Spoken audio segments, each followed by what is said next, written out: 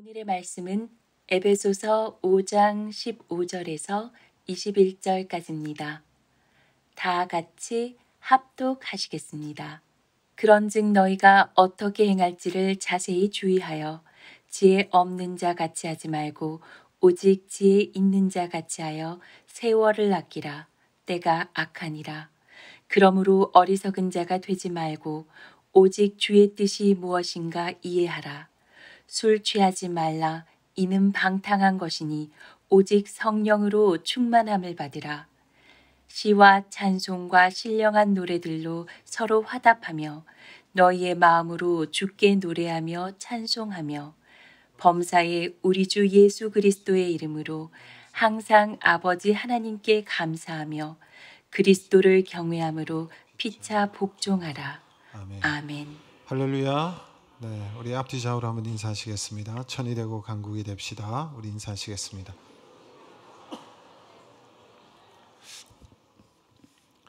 네, 우리가 에베소서 4장 이후에 우리가 어떤 삶을 사는 것이 성도로서 합당한 삶인지에 대해서 계속해서 에베소서의 내용을 살펴보고 있습니다. 그리스도의 장성한 분량까지 우리가 자라가야 된다. 우리는 계속해서 영적으로 자라고 주님을 닮아가야 되겠지요. 그리고 옛 사람을 벗어버리고 새 사람을 입어야 된다.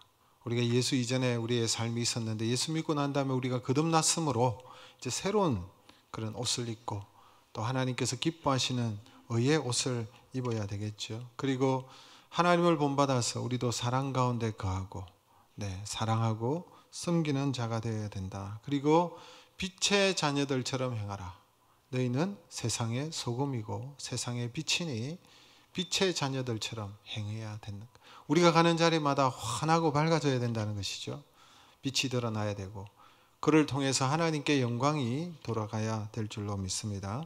그리고 오늘도 역시 우리에게 합당한 삶을 살라고 말씀하고 있는데 오늘 내용은 어리석은 자가 되지 말고 지혜로운 자가 되라 라는 말씀입니다. 여러분, 지혜로운 삶 정말 중요하지 않습니까? 지식도 필요하지만 이 세상을 살아가는데 더욱더 중요한 것은 지혜인 줄로 믿습니다. 이전에는 지식이 굉장히 중요했는데 지금도 지식이 중요하죠. 그러나 지금은 지식이 넘쳐나고 있습니다. 우리가 사실은 검색만 하더라도 요즘 AI를 통해서 챗 GPT를 통해서 조금만 물어도 풍성한 내용으로 우리에게 가르쳐주고 있습니다. 지식은 넘쳐나고 있습니다. 그런데 이 지식을 가지고 어떻게 우리가 지혜롭게 활용을 하는지 또 지혜로운 삶을 사는지는 완전히 다른 문제인 것입니다. 지혜가 없을 때는 어리석은 행동을 할 수밖에 없죠. 지혜가 없으면 어리석고 또 잘못된 행동을 할 수밖에 없기 때문에 결국은 그러한 삶을 살 때는 실패하는 인생이 될 수밖에 없습니다. 그러면 어떻게 사는 것이 지혜로운 것입니까? 지혜가 무엇입니까? 성경은 지혜의 근본은 하나님을 알고 하나님을 경외하고 하나님을 섬기는 것이라고 우리에게 말씀하고 있습니다. 여러분, 하나님을 섬기는 것, 이것이 지혜라는 거예요. 아무리 공부를 많이 하고 아무리 똑똑한 것처럼 보여도 하나님을 모르면 어리석은 사람이 된다는 것입니다. 여러분, 하나님을 모르는 인생은 전혀 다른 방향으로 가게 되어져 있습니다. 하나님을 아는 인생과 예수 그리스도를 아는 인생과 그렇지 않는 인생은 그 삶의 방향이 완전히 달라질 수밖에 없습니다. 여러분, 하나님을 모르면 인생이 완전히 잘못되는 것입니다. 세상에서 잘못 사는 것으로 끝나는 것이 아니라 영원한 멸망에 처하기 때문에 그렇습니다. 그러니 세상에서 가장 어리석은 사람은 하나님을 모르는 사람입니다. 그래서 잠언에도 여호와를 경외하는 것이 지식과 지혜의 근본이다 라고 말씀하고 있습니다. 저와 여러분은 하나님을 경외하는 지혜를 가진 하나님의 자녀들인 줄로 믿습니다. 우리는 하나님을 경외하는 지혜로운 자죠. 이렇게 하나님을 경외하는 지혜를 얻은 성도들은 그러면 정말 실제적인 삶 속에서 구체적으로 우리의 삶의 현장 속에서 어떻게 살아가야 되는지 또한 거기에 대한 지혜가 우리에게 필요하지 않습니까? 오늘 본문은 바로 이 지혜에 대해서 우리에게 가르쳐주고 있어요. 15절의 말씀 우리 같이 한번 읽어볼까요? 그런즉 너희가 어떻게 행할지를 자세히 주의하여 지혜 없는 자같이 하지 말고 오직 지혜 있는 자같이 하여 라고 말씀하고 있습니다. 여기 보니까 자세히 주의하여 라는 단어가 나오지 않습니까? 우리가 어떻게 살아야 할지 주의하라는 것입니다. 주의해야 되는 거예요. 여러분, 주의한다는 말의 반대적인 의미가 무엇일까요? 주의하지 않는 것, 즉 무관심한 것을 말하는 것입니다. 무관심하게, 어리석게 그냥 흘러보내면 안 된다는 것이죠. 주의하라는 것입니다. 그래야만 어리석은 삶을 살지 않는 것입니다. 그러면 어떠한 삶을 사는 것이 지혜로운 삶일까요? 자세히 주의하여 지혜롭게 살아야 되는데 어떻게 사는 것이 여러분 지혜로운 삶일까요? 오늘 말씀에 우리에게 지혜의 삶이 무엇인지를 가르쳐주고 있습니다. 구체적으로 가르쳐주고 있습니다. 그 첫 번째가 세월을 아끼는 삶이라고 말씀하고 있습니다. 16절 말씀 우리 같이 읽어볼까요? 세월을 아끼라 때가 악하니라. 여러분, 지혜로운 자는 세월을 아끼는 사람이라는 거예요. 세월을 아끼는 것이 지혜다. 전에 추석 주간이 있었습니다. 그때도 제가 남은 날을 계수하는 삶을 사는 것이 지혜롭다라는 말씀을 드린 적이 있습니다. 시편 90편 12절 말씀 우리 같이 읽어볼까요? 우리에게 우리 날 계수함을 가르치사 지혜로운 마음을 얻게 하소서. 우리의 남은 날이 있잖아요. 72억 강건하면 80인데 우리의 삶에 여러분 한계가 있는데, 그렇다면 나의 남은 날을 계수하면서 살아가는 삶이 지혜로운 자의 모습이다라는 것이죠. 오늘 본문에 보니까 특별히 본문에서 세월을 아끼라라는 말이 있습니다. 세월을 아끼라라는 이 말은 헬라 원문으로 보면 시간을 살아라는 의미입니다. 세월을 아끼라라는 말은 시간을 사는 것입니다. 사정없이 흘러가는 시간을 돈을 주고 사듯이 내 소유로 만드는 사람이 지혜로운 사람이라는 것이죠. 시간은 모든 사람에게 똑같이 흘러가고 있습니다. 그러나 그 시간을 효과적으로 사용할 때 그 시간을 소유하는 것이고, 아무것도 하지 않거나 방관하면 그 시간을 다 버리는 것입니다. 우리가 하루를 살아가는데 24시간의 시간을 가지고 있습니다. 그런데 그 24시간도 따지고 보면 잠자는 시간, 밥 먹는 시간, 왔다 갔다 하는 시간, 여러 가지 시간을 제하고 나면 불과 몇 시간이 남지 않습니다. 이 시간을 얼마나 우리가 효과적으로 잘 사용하느냐에 따라서 우리의 인생이 결정이 되는 거예요. 그래서 돈을 주고 사듯이 그 시간을 소중하게 여기고 그 시간을 아껴라 라는 의미로 말씀하고 있습니다. 2014년대 개봉한 영화입니다. 한 지금부터 10년 전인데, 여러분 인터스텔라라는 영화 보셨습니까?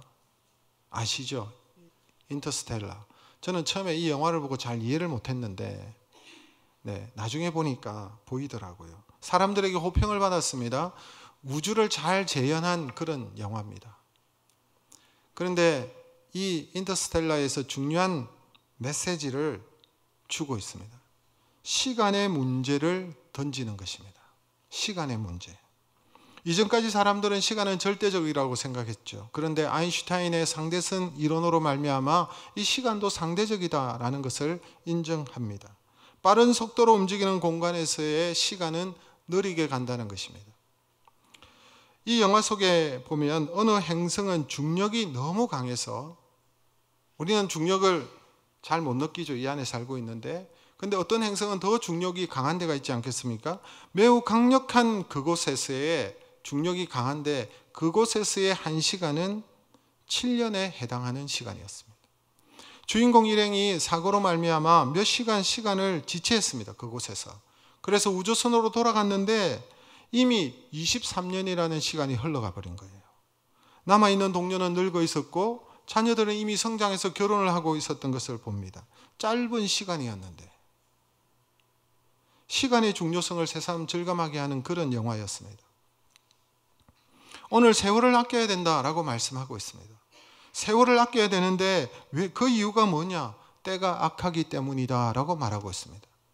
때가 악하다는 말이 무슨 말일까요? 두 가지 의미로 설명할 수 있을 것입니다. 두 가지 다 저는 해당된다고 생각합니다. 말 그대로, 첫 번째, 말 그대로 때가 선하지 않고 악하다는 거예요.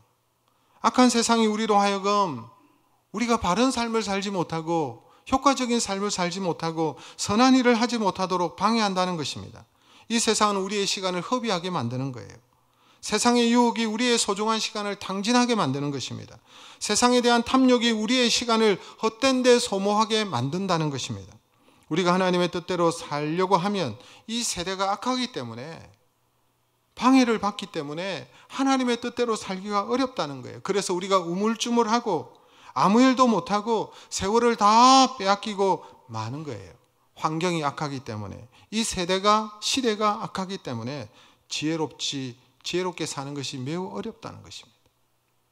그리고 또 한 가지, 때가 악하다는 말은 이 세월은 인간의 사정을 봐주지 않고 매정하게 지나간다는 의미를 가지고 있습니다. 인정사정 봐주지 않습니다. 세월은 우리를 기다려주지 않습니다. 세월아 조금만 지체해다오라고 우리가 아무리 매달리고 사정해도 세월은 멈추지 않습니다. 사정없이 지나가는 거예요. 그래서 세월이 가는 것은 악할 정도로 사정 없기 때문에 여러분 아껴서 이용해야 된다라는 의미인 거예요. 오래전에 강원도 인제에서 일가족 5명을 도끼로 찍어서 죽인 살인사건이 일어났습니다. 그 사람이 고재봉이라는 사람입니다. 여러분 들어보셨습니까? 고재봉. 이 사람이 사형 언도를 받았습니다. 감옥에 살아가는데, 감옥에 갇혀 있는데 사형 언도의 그 시간을 기다리고 있는 것이죠. 그때 안국선 목사님을 통해서 이분이 복음을 들었습니다.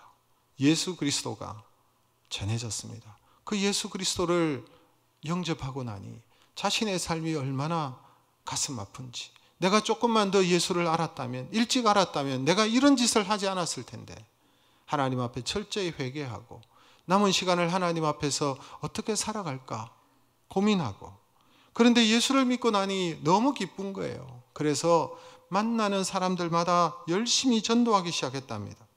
감방에서 전도를 하는데 얼마나 급하게 전도를 하는지 아무나 붙잡고, 이 사실은 무시무시하게 생겼거든요. 이 사람이 사람 보고 막 이렇게 급박하면서 전도하는 거예요. 너 예수 믿을래? 안 믿을래? 너 예수 믿을래? 안 믿을래? 막 이렇게 전도하는 거예요. 너 예수 안 믿으면 나처럼 돼. 너 예수 안 믿으면 실패해. 예수 믿을래? 안 믿을래? 겁이 나서 예수를 믿겠습니까? 그래서 옆에 있는 동료가 이런 말을 하는 거예요. 그렇게 얘기하면 누가 예수를 믿겠냐고, 좀 부드럽게 하라고, 뭐가 그렇게 급하냐고 이렇게 얘기하는. 그 말을 들으니까 더 이 사람이, 이 고재봉이라는 사람이 너 예수 믿을래? 안 믿을래? 때가 악해 이런 말을 하는 거예요. 무슨 의미냐? 고재봉은 자기가 살 날이 얼마 남지 않았다는 거예요. 때가 악하다는 거예요.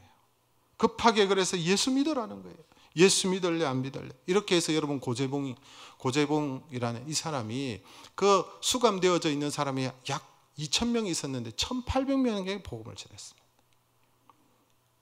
여러분 감옥에서 예배를 드릴까요? 안 드릴까요?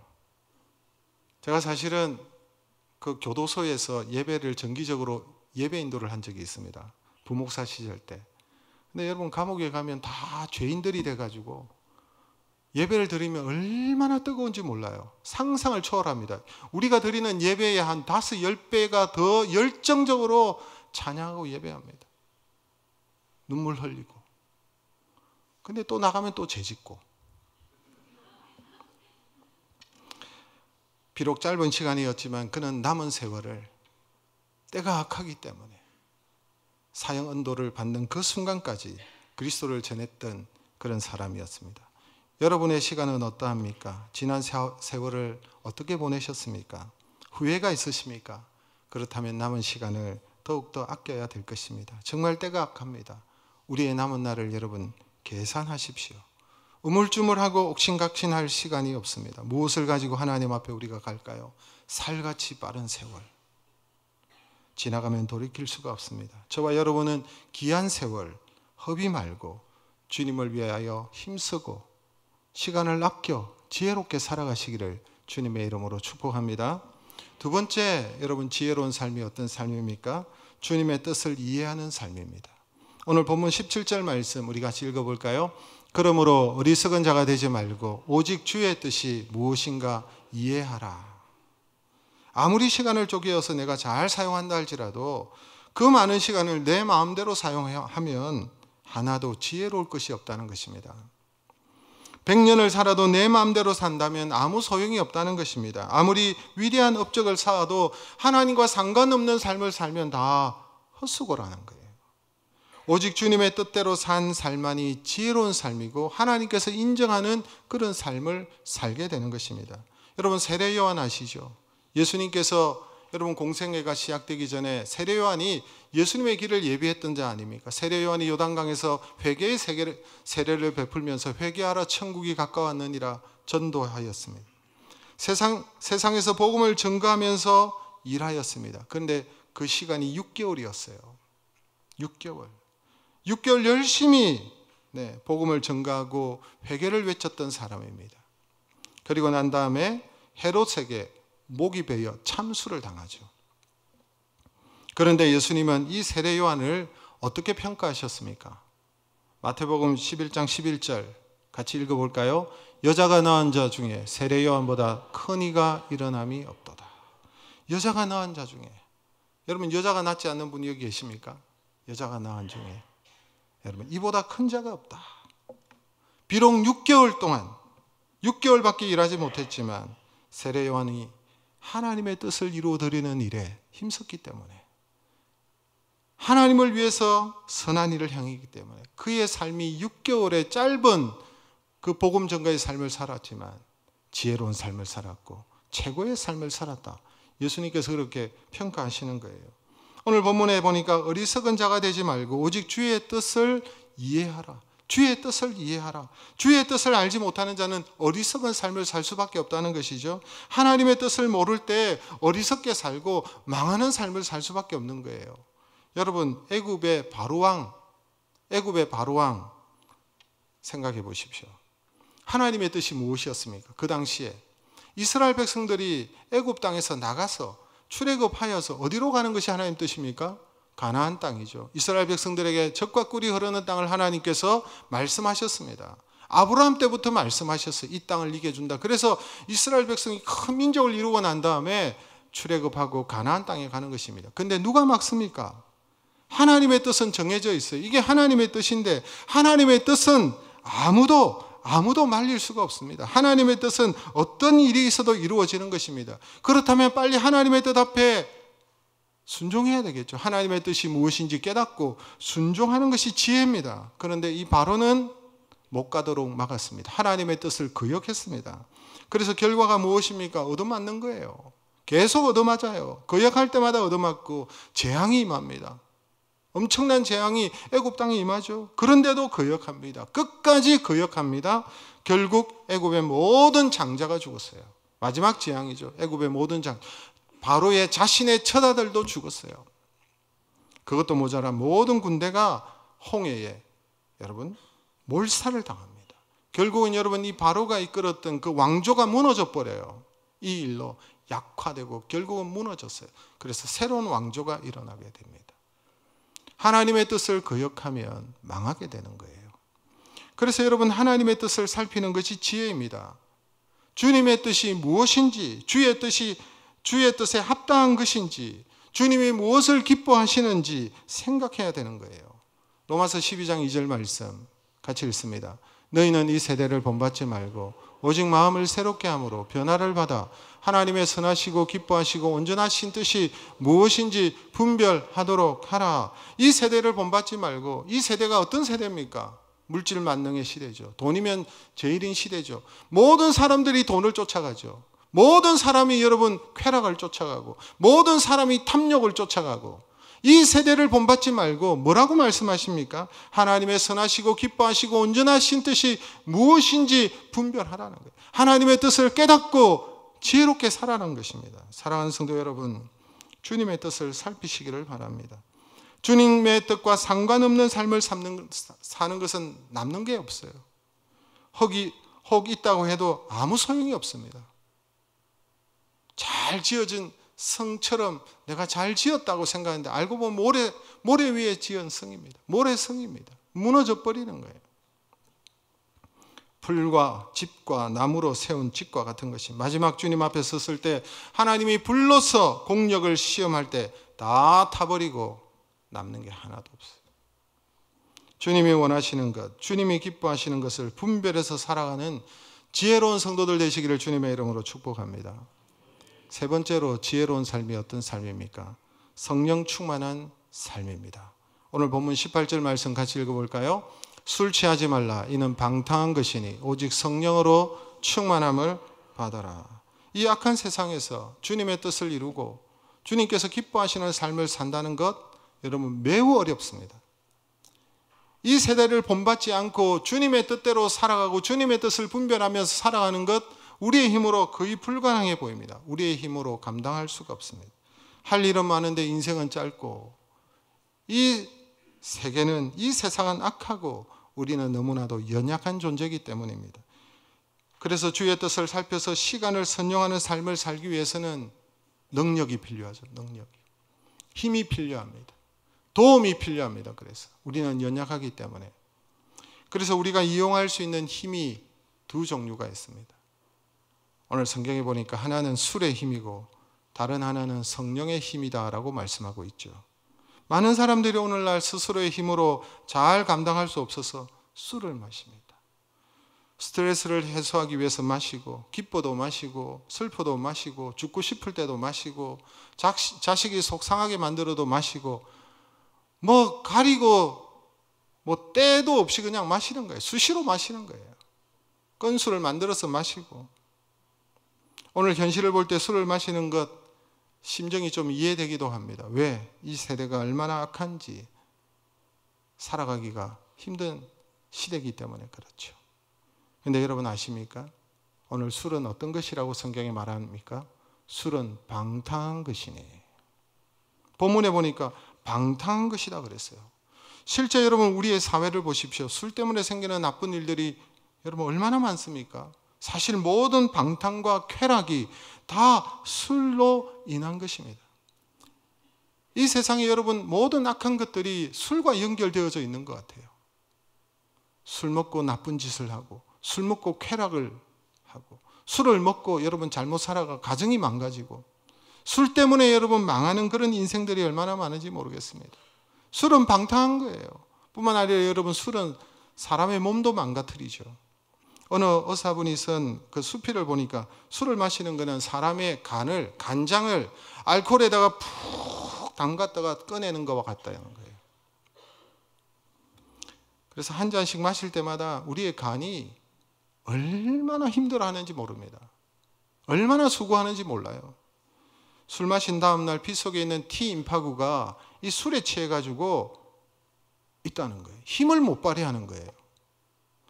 여러분 백혈구가 술 마시고 난 다음에 이 백혈구가 이 술에 취해가지고 정신이 해롱해롱 하는 거예요. 그래가지고 균을 제대로 구별을 못해. 그래서 여러분 다른 균과 싸우지를 않는 것입니다. 병균이 들어와도 무방비 상태. 술 마시면 몸이 망가지는 거예요. 어떤 분은 술 취하지 말라고 했으니까 술만 안 취하면 되지 않느냐 이렇게 말씀하시는 분이 있습니다. 얼마나 술은 먹고 싶은데 성경은 술 취하지 말라고 얘기하니까 그런 식으로 해석을 하고 억지로라도 마시고 그러고 싶으신 것 같아요. 근데 본문의 뜻은 그게 아니에요. 세상을 살아갈 때 술의 힘을 빌리지 말라는 것입니다. 술의 힘을 빌리는 것은 어떤 짓이다? 어리석은 짓이라는 거예요. 사도 바울은 술의 힘을 빌리지 말고 그 대신 우리는 성령의 힘을 빌려야 된다고 말씀하고 있지 않습니까? 성령의 도우심을 받아라는 거예요. 하나님은 우리의 연약함을 아세요. 우리가 너무 연약하기 때문에 하나님의 뜻대로 살아가고 지혜롭게 살아가기가 힘든 그런 연약한 자들임을 아시기 때문에 우리에게 성령님을 보내주셔서 성령님의 도우심을 받으며 지혜로운 삶을 살 수 있도록 하시는 거예요. 여러분 성령 충만에 대해서 오해하지 마십시오. 뭐 성령 충만하다니까 무아지경에 들어가고 영적인 신비한 체험을 하고 이상한 현상이 나타나고 없던 것이 생기고. 여러분 성령은 어떤 분입니까? 하나님의 영입니다. 거룩의 영입니다.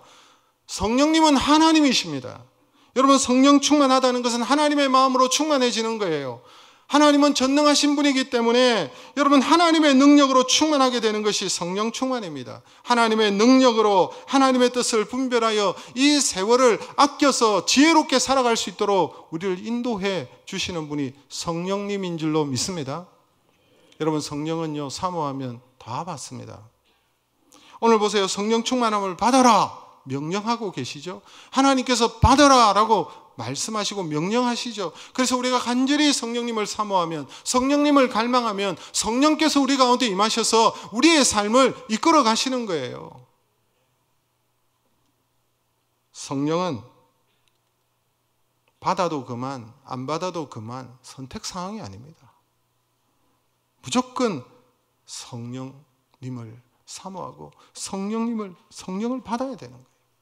그래야만 능력 있는 삶, 승리하는 삶, 지혜로운 삶을 살게 되는 줄로 믿습니다.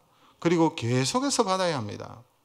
성령 한번 받았다고 끝나는 게 아니에요. 여기 받으라 라고 말씀하시고 계시죠.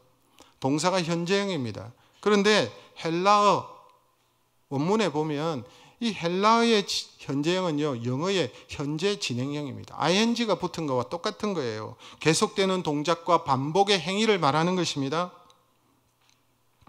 우리가 살아가는데 계속해서 성령 충만함을 받아야 된다는 거예요. 계속해서 우리가 밥을 먹듯이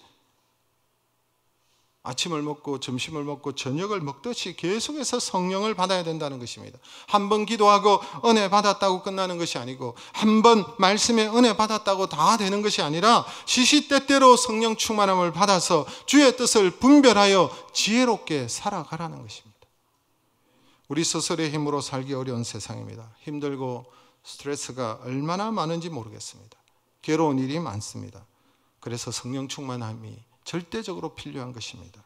성령 충만함을 받음으로 모든 어려움을 이기고 세월을 아끼며 하나님의 뜻을 이루어가는 지혜로운 성도들 되시기를 주님의 이름으로 축복합니다.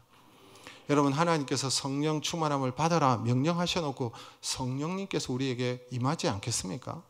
하나님은 거짓말 하시는 분이 아닙니다. 여러분이 진정으로 여러분이 물질을 추구하듯이 욕심을 가지고 그것을 추구하고 이 세대에 갈구하는 그런 마음들을 접고 성령 충만함을 갈구하면 성령 하나님께서 충만히 역사하시고 우리의 삶을 인도하시고 지혜로운 자가 되는 줄로 믿으시기를 주의 이름으로 축복합니다. 마지막으로 지혜로운 삶은 어떤 삶입니까? 찬송하는 생활입니다. 오늘 본문 19절에서 20절 말씀 우리 같이 읽겠습니다. 시와 찬송과 신령한 노래들로 서로 화답하며 너의 마음으로 주께 노래하며 찬송하며 범사의 우리 주 예수 그리스도의 이름으로 하나님께 감사하며 찬송하며 감사하며, 한마디로 여러분 찬송하며 감사하는 삶을 살라는 거예요. 이게 지혜로운 삶이라는 거예요. 근데 오늘 우리가 전체적으로 가만히 살펴보면 오늘 본문은 지혜로운 자로 살아라라고 말씀하시는데 이게 다 오늘 본문이 다 연결되지요. 세월을 아끼는 것이 지혜고, 세월을 아껴서 주님의 뜻을 이루어 드리는 것이 지혜고, 그렇기 위해서는 성령 충만한 삶을 받고 성령 충만한 것이 우리의 삶이 지혜로운 것이고, 이렇게 성령 충만함을 받으면 어떤 삶을 사느냐? 찬송하고 감사하는 삶을 살게 되어져 있다는 것입니다.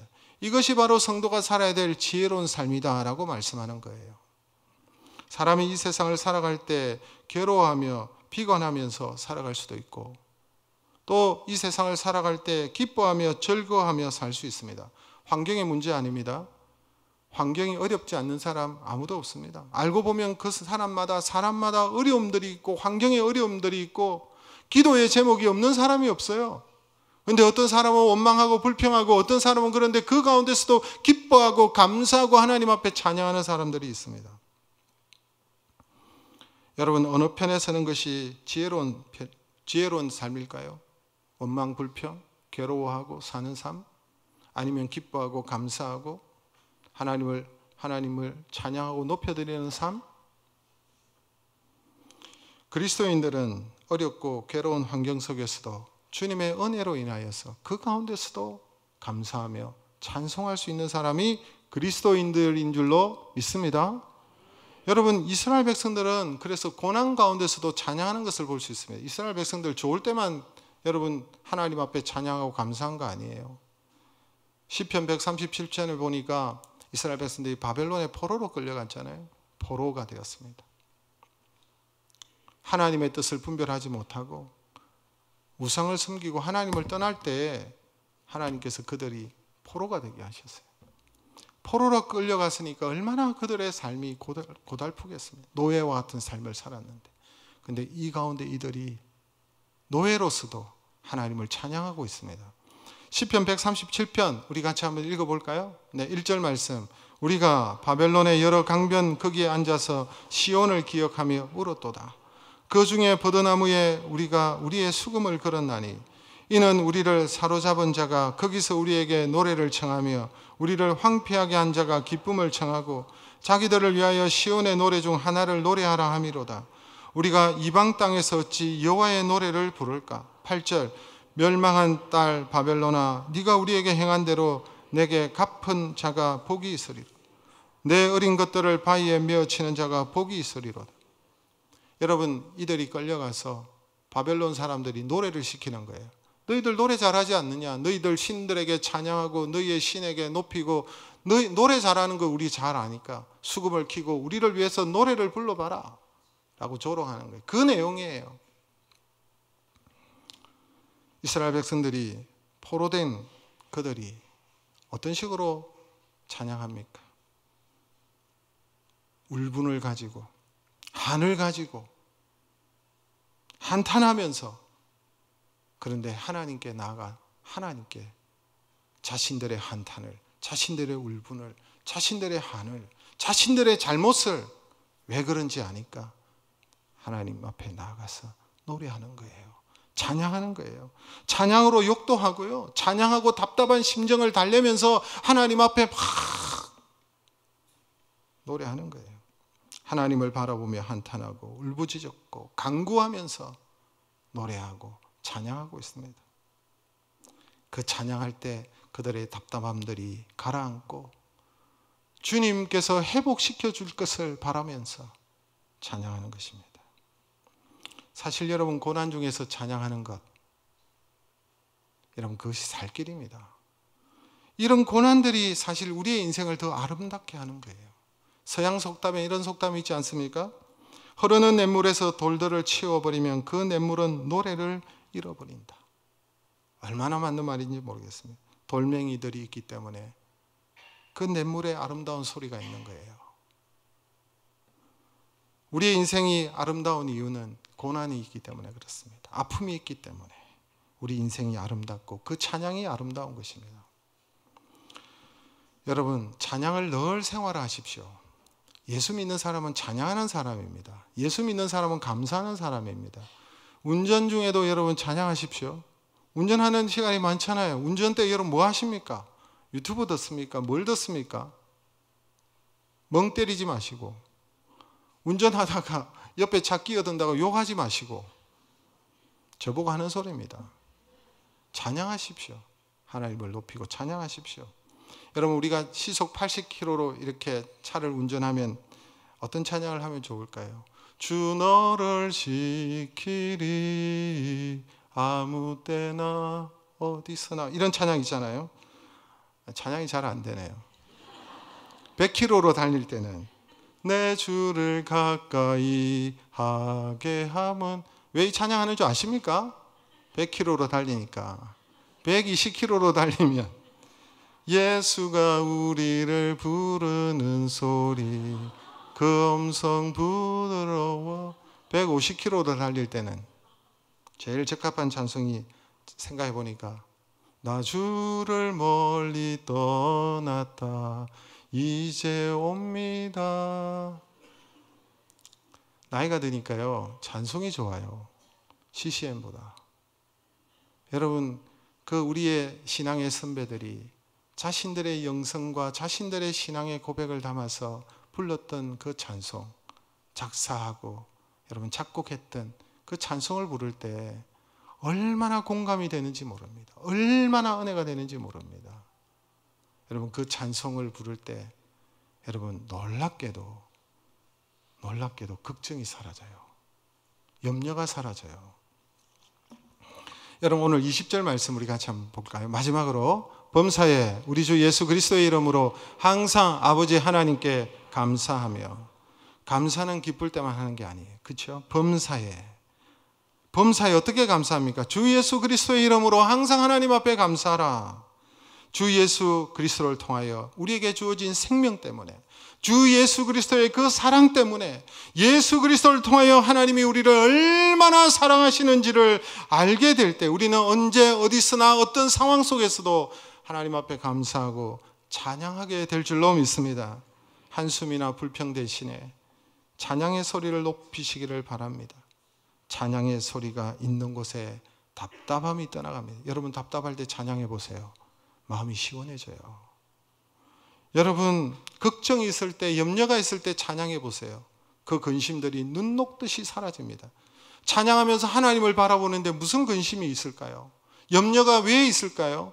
하나님을 바라보는데, 전능하신 하나님을 바라보는데, 그분을 찬양하는데, 그분이 내 안에 거하시는데, 성령으로 충만한데 찬양할 때 모든 근심과 걱정이 떠나는 거예요. 사도 바울이, 여러분 바울과 실라가 감옥에, 빌립보 감옥에 갇혀 있을 때도 하나님을 찬양할 때에 그렇게 얻어터지고 맞고 착고에 채여서도 그 신음 가운데 신음하면서 하나님을 찬양할 때에 여러분 놀라운 능력들이 나타나지 않았습니까? 놀라운 역사들이 나타난 거예요. 사울에게 쫓아서 도망다니는 그 다윗이 그 굴 속에 들어가서 눈물 흘리고 하나님을 찬양할 때에 그의 여러분 생각들이, 그의 마음들이 바뀌는 거예요. 내 영혼아 여호와를 찬양할지어다. 내 영혼아 여호와를 찬양할지어다 라고 하며 찬양하고 할 때에 그에게 다시 담대함이 생기고 다시 용기가 생기고 다시 하나님의 인도하심을 받은 그 확신을 가지고 나아가지 않습니까? 달라져요. 찬송하기 이전의 모습과 찬송 이후의 삶이 달라지는 것을 볼 수가 있습니다. 우리가 찬양하면 우리의 마음에 기쁨이 가득하고 능력이 충만하게 되고 하나님께 주시는 평안이 넘치고 모든 악신이 떠나고 유혹들을 이기게 되고 승리하게 되는 것입니다. 이것이 바로 찬양의 능력입니다. 찬양은 그냥 곡조에 맞춰서 즐거워서 그냥 그런 것이 아니라 그 찬양 속에 우리의 신앙의 고백이 있고 하나님을 높임이 있고 하나님을 바라보게 하니까 그 찬양에 여러분 기도가 되니까 여러분 그 찬양이 우리를 달라지게 만드는 것입니다. 말씀을 맺습니다. 여러분은 지혜롭게 살고 있습니까? 이대로 가면 후회 없는 삶을 살았다라고 말씀할 수 있겠습니까? 여러분 세월을 아끼십시오. 때가 악합니다. 하나님의 뜻을 분별해야 됩니다. 그러기 위해서는 성령 충만하여야 되는 것입니다. 찬송 생활을 하십시오. 그리하여 늘 승리함으로 참으로 지혜로운 삶을 살아가시는 저와 여러분 되시기를 주님의 이름으로 축복합니다.